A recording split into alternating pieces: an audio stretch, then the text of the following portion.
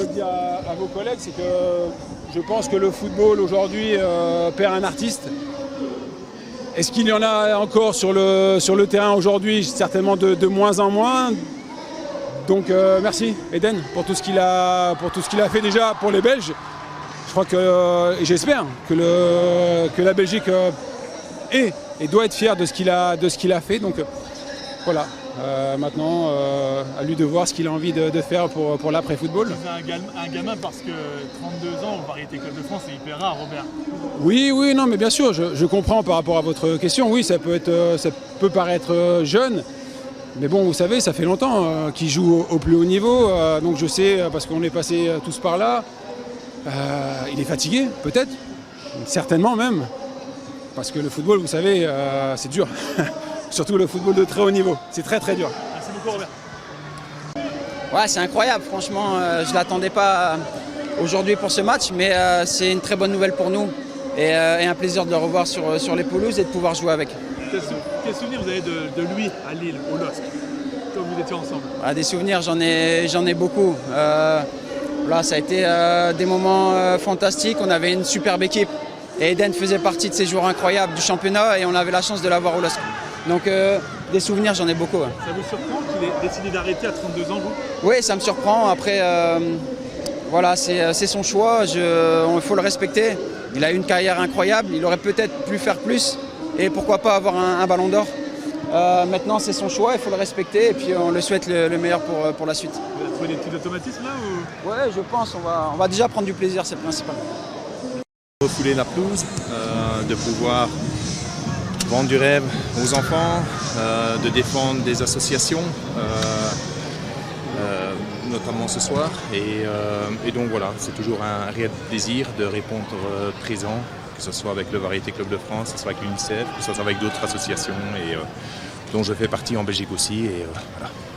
Tu avais accepté l'invitation avant que tu saches qu'Eden serait de la partie ou ça s'est fait dans le même temps? Oui, bon, je suis aussi ambassadeur et à partir de là, dès que je reçois les SMS, ils savent qu'ils peuvent compter sur moi. Dans la mesure du possible, j'ai des obligations aussi familiales et extra, mais sinon je réponds principalement toujours présent. Après, c'est vrai que c'est un plaisir supplémentaire de pouvoir rejouer avec Eden et de le revoir sur les terrains de football. Ça fait combien d'années que tu n'as pas joué avec lui? Ouf. Là, on approche déjà plus ou moins 8 ans de fin de carrière, donc voilà. Mais bon, voilà, ça sera ce soir un plaisir de le revoir sur un terrain et de pouvoir partager des moments de foot. Et c'était quoi le plaisir de pouvoir jouer dans une ligne défensive derrière Eden Hazard? De temps en temps, quand on a le ballon et on ne sait pas trop, on donne à Eden, il trouvera la solution. Il arrive à sortir des coups de magie. Je partage certaines émotions des supporters belges à l'annonce de sa fin de carrière. Moi, sachant que j'ai été quand même plus loin, mais je veux dire, voilà, ça manque d'avoir des joueurs justement qui ont ce petit coup de génie. Donc voilà, on est surpris, mais en même temps, je respecte. Aujourd'hui, moi, j'ai tiré ma fin de carrière aussi. Je sais qu'on a tous des obligations, on a tous un corps, on a tous des raisons. Et il a eu ses raisons aussi pour mettre un terme et ça se respecte. Daniel, je peux quand même un tout petit mot sur Eden Hazard, jouer à côté de lui ce soir. Quel est votre sentiment?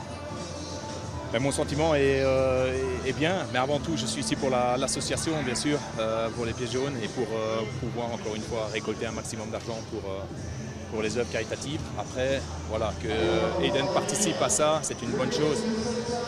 Et on était ensemble, on était à côté de l'autre dans le vestiaire et j'en parlais justement, le fait d'aller dans des œuvres caritatives comme ça, on passe des bons moments, on retrouve des anciens et je lui dis, ce ne sera peut-être pas la dernière et ça va te permettre justement de rester en contact avec tous les anciens, des autres générations et en même temps, ce soir pour nous c'est un plaisir aussi puisque c'est quand même un joueur qui vient juste d'arrêter et je pense que les gens...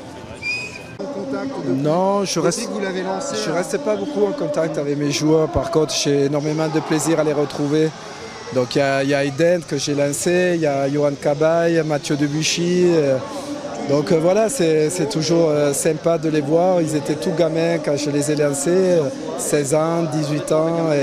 Et ils se retrouvent en fin de carrière. Ça fait drôle, ça veut dire que de son côté, de mon côté, ça ça avance certainement, quoi. Est-ce que c'est une décision qui vous surprend? Ça lui appartient, c'est une décision qui lui appartient totalement, savoir où il en est surtout physiquement, parce que je pense que s'il arrête, c'est surtout avant tout pour des questions physiques. Mais 32 ans, c'est encore jeune, mais il a tellement apporté, tellement prouvé. Il a eu des blessures en fin de carrière également difficiles pour lui. Et je pense que voilà, il a tout donné, il n'a pas regretté. Il a fait une carrière exceptionnelle. Est-ce que quand vous l'avez lancé, il était un petit peu insouciant. Ça l'a accompagné un petit peu, mais pour réaliser une telle carrière, arriver à faire des matchs de très haut niveau tous les 3 jours, on doit quand même avoir une certaine hygiène de vie, un professionnalisme. Et puis avant tout, Eden, au-delà du talent, au-delà de sa créativité, c'est un joueur qui a eu énormément de sélections belges également, capitaine de l'équipe de Belgique pendant tant de temps. Et il faut avoir un côté professionnel et surtout, je dirais, une personnalité et une âme de vouloir vaincre et de vouloir avancer et de batailler également pour obtenir des résultats. Donc il a ce côté insouciant qu'il a cultivé un petit peu au niveau des médias notamment. Mais je pense qu'avant tout, c'est un joueur qui aime la compétition et c'est un compétiteur avant tout.